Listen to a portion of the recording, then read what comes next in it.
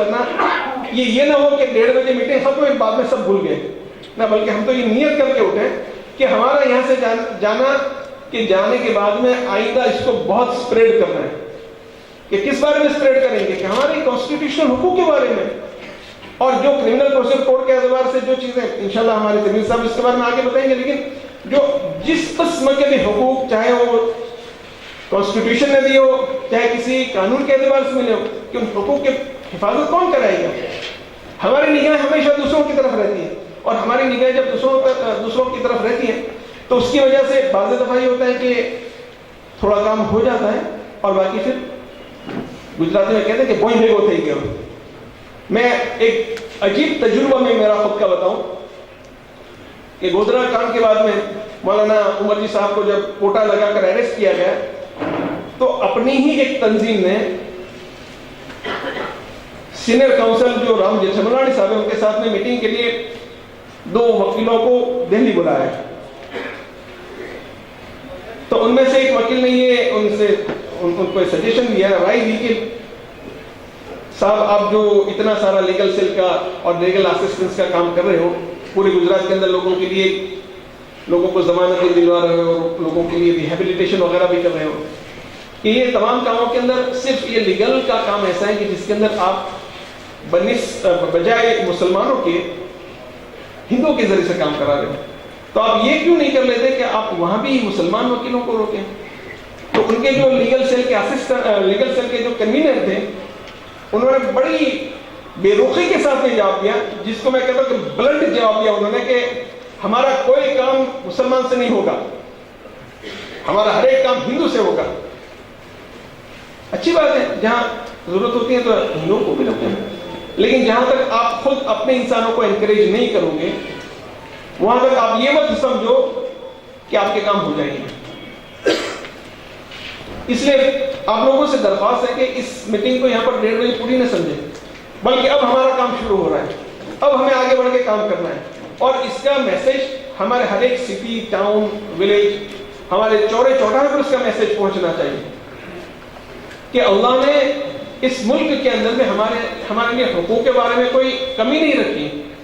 और यही वजह है कि आज हम सुबह की नमाज के लिए अगर खड़े होते हैं, अहमदाबाद जैसे शहर के लिए मैं आपको कहूं कि एक मरतबा ऐसा मौका मिला कि बहुत जल्दी मस्जिद में पहुंचना हुआ, तो 20 मिनट तक अजान की आवाज गूंज रही थी, 20 मिनट तक। ये हमारा हक है और इसको हम एंजॉय कर रहे हैं। हो सकता है कि और कोई मुल्क के अंदर इस किस्म का हक एंजॉय करने को ना मिले, तो जरूरत इस बात की है कि हमारे हकूक को पहचाने, और जहां हमारे हकूक के बारे में कहीं भी उसका वायलेशन हो रहा है तो उसके बाद उसको लेने के लिए, हासिल करने के लिए हम लड़ेंगे।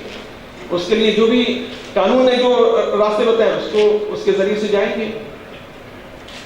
अल्लाह जल्ल शानू ये करे कि हम सबको इसके बारे में फिक्रमंद करे, और हमको हमारी खुद निजी जिंदगी जिसके बारे में हमने पूरा वक्त फारिग कर दिया, बल्कि हमको अल्लाह जल्ल शानू उम्मत की फिक्रों के अंदर भी लगने की तौफीक अता फरमाए। और दोस्तों, मैं आखिर में एक बात ये जरूर कहूंगा कि उम्मत की फिक्रों के बारे में खास बात यह है कि उम्मत की फिक्रों के अंदर, जहां तक उम्मत के अंदर आखिरत की फिक्र नहीं आएगी और आखिरत के अतबार से अपनी जिंदगी गुजारने की कोशिश और फिक्र नहीं की जाएगी, वहां तक दुनियावी तमाम चीजें ये हो गया कि वो खाना पूरी होगा, हमको इत्मीनान हो जाएगा, लेकिन उसका नतीजा सिफर तो नहीं, लेकिन हो सकता है कि नेगेटिव हो जाए, माइनस में जाए। तो इसलिए जरूरत इस बात की है कि हमारा मकसद जो है ना वो अल्लाह की रजा हो जाए। अल्लाह की रजा होगी तो अल्लाह की मदद होगी, अल्लाह की मदद होगी तो फिर अल्लाह ने जगह जगह पर कुरान में वादा किया कि फिर कौन है जो तुमको और तुम्ही इस सरजमीन को ऊपर हुकूमत करने के काबिल हो। ये तमाम चीजें अल्लाह के वादे, लेकिन उसको हासिल करने के लिए बिल्कुल हमारी निगाह उसी शरीयत पर होनी चाहिए जिस शरीयत के जरिए से अल्लाह जल्ल शान हमको सुरखरू किया है। अल्लाह ताला हम सबको अमल की तौफीक अता फरमाए। आभार जनाब मोहम्मद फारूक खराजी साहेब। अल्हम्दुलिल्लाह આખા કાર્યક્રમના આયોજન માટે શરૂઆતથી જ મશવરાથી લઈ અને અત્યાર સુધી તમામ તબક્કે જનાબ ખરાજી સાહેબ એ દરેક રીતે પોતાની સલાહિયતો અને પોતાનાથી બનતા તમામ પ્રયત્નો વડે આ પ્રોગ્રામને સફળ બનાવવા માટે મદદ કરી છે અને અત્યારે પણ પોતાના ઉમદા પ્રવચનથી આપણા તમામને લાભાન્વિત કર્યા છે. એક આલિમ સિફત વકીલનું ઉદાહરણ છે જનાબ ખરાજી સાહેબ. કાર્યક્રમ આગળ વધારવાનો છે, વચ્ચે થોડી રિલીવ થવા જેવી વાત છે, એટલા માટે હું કહીશ کہ وقت ہے فرصت ہے کہاں کام ابھی باقی ہے نور توحید کا اتمام ابھی باقی ہے. એટલે એ માણવા પહેલા હું વચ્ચે દાવત આપીશ હાફિઝ ઝાહિદ નિહાલને કે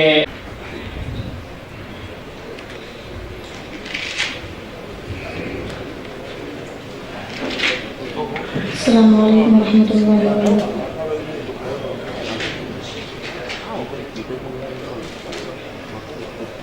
ہم لوگ مسلمان ہیں بھارت کے وفادار.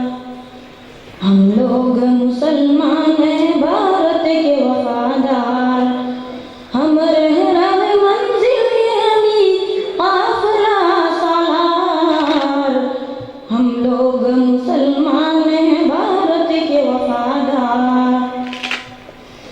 آزادی کی آواز اٹھائی تھی ہمیں نے اور ریشمی تحریک چلائی تھی ہمیں نے.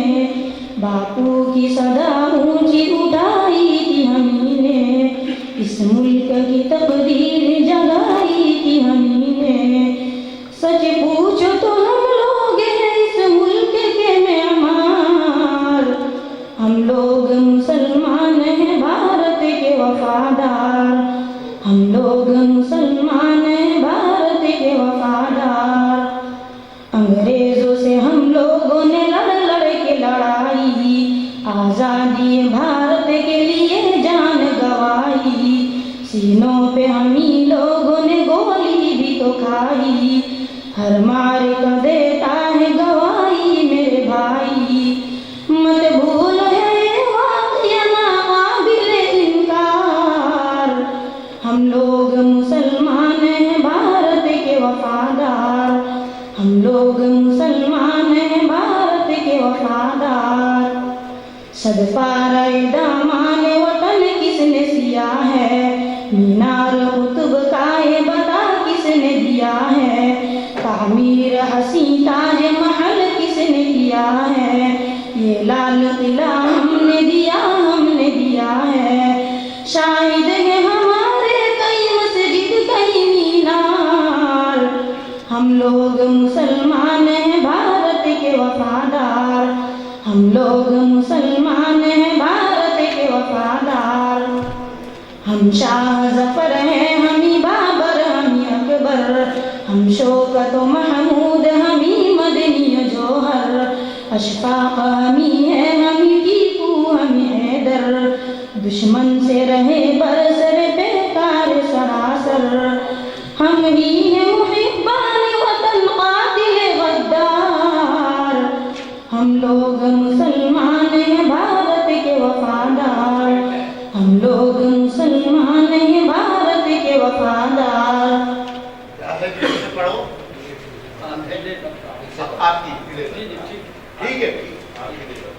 کلیر میں بریلی نے ہمیں پاک پٹن میں. سرہند میں دیوبند میں ہم تھانہ بھون میں. اجمیر میں دہلی میں اودھ اور دکن میں. معروف ہمیں لوگ ہیں تعمیر وطن میں. وابستہ بھی سے عظمت کردار. ہم لوگ مسلمان ہیں بھارت کے وفادار. ہم لوگ مسلمان ہیں بھارت کے وفادار. تاریخ سے پوچھو میری عظمت کا فسانہ. گایا ہے ہمیں نے سدا بھارت کا ترانہ. کرگل میں بھی ہم لوگ رہے شانہ بشانہ. ہم نے ہی مخالف کو بنایا ہے نشانہ. انصاف سے کر دو رہا کون وفادار. हम लोग मुसलमान हैं भारत के वफादार, हम लोग मुसलमान हैं भारत के वफादार। सच बोलो के इंदिराज की हत्या किया किसने, राजीव को भी बम से उड़ाया भला किसने, नेहरू पे भी पिस्तौल चलाया भला किसने, बापू का हुआ कत्ल तो आखिर किया किसने, ये किसने किया गरमाया जुल्म का बाजार। हम लोग मुसलमान हैं भारत के वफादार, हम लोग मुसलमान हैं भारत के वफादार, हम लोग मुसलमान हैं पाबंद शरीयत, अल्लाह ने बख्शी है हमें उसने बसीरत, इस्लाम का पैगाम है पैगाम कुव्वत, हम अहले वतन से नहीं रखते हैं कदूरत, मुहसिन है अली मुल्क की तारीख के शाहकार। हम लोग मुसलमान हैं भारत के वफादार, हम लोग मुसलमान हैं भारत के वफादार, हम रह रहे मंजिल है अली काफिला सालार। हम लोग मुसलमान हैं भारत के वफादार। बिस्मिल्लाहिर्रहमानिर्रहीम। मन लम यश्कुरिन्नास लम यश्कुरिल्लाह। काबिल सद एहतराम हज़रात उलमाए किराम, दानिश्वरान कौम मिल्लत,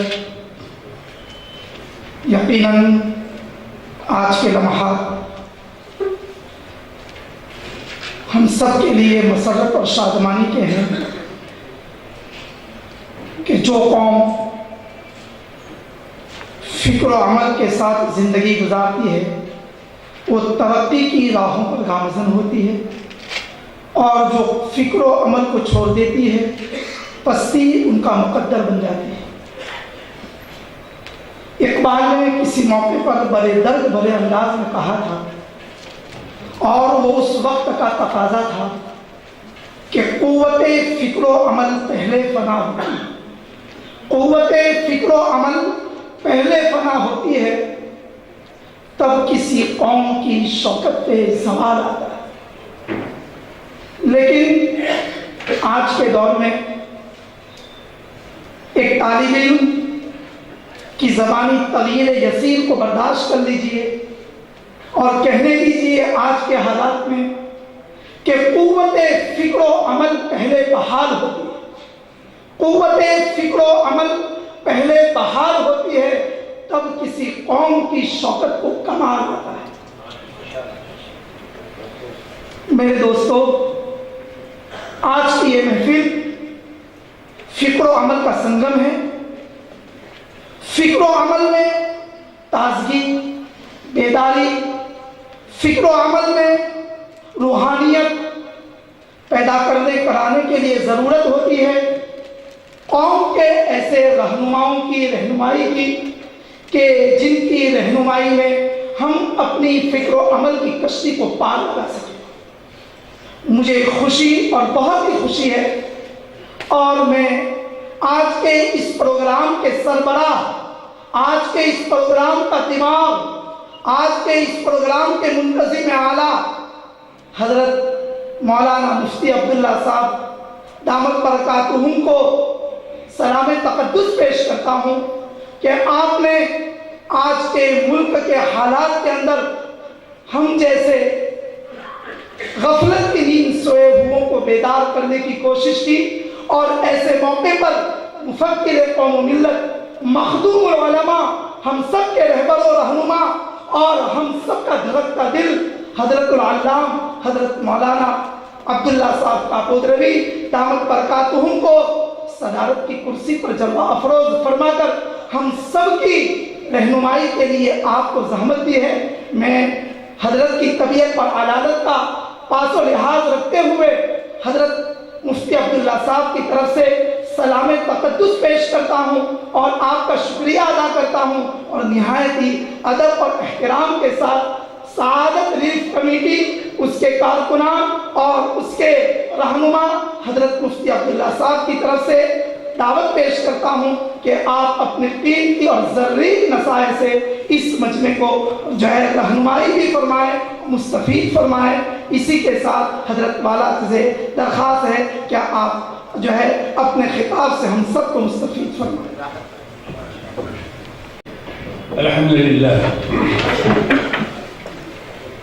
الحمدللہ رب العالمین والصلاة والسلام على أشرف الأنبياء والمرسلين سيدنا ومولانا محمد وعلى آله وأصحابه وأتباعه إلى يوم الدين، أما بعد۔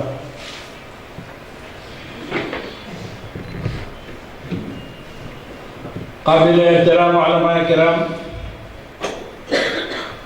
معزز ہمارے وکلاء کرام جو مختلف دیہاتوں مختلف شہروں سے تشریف لائے ہیں، اور دیگر ذمہ داران قوم، آج کا یہ اجلاس بہت ہی اہم اجلاس ہے۔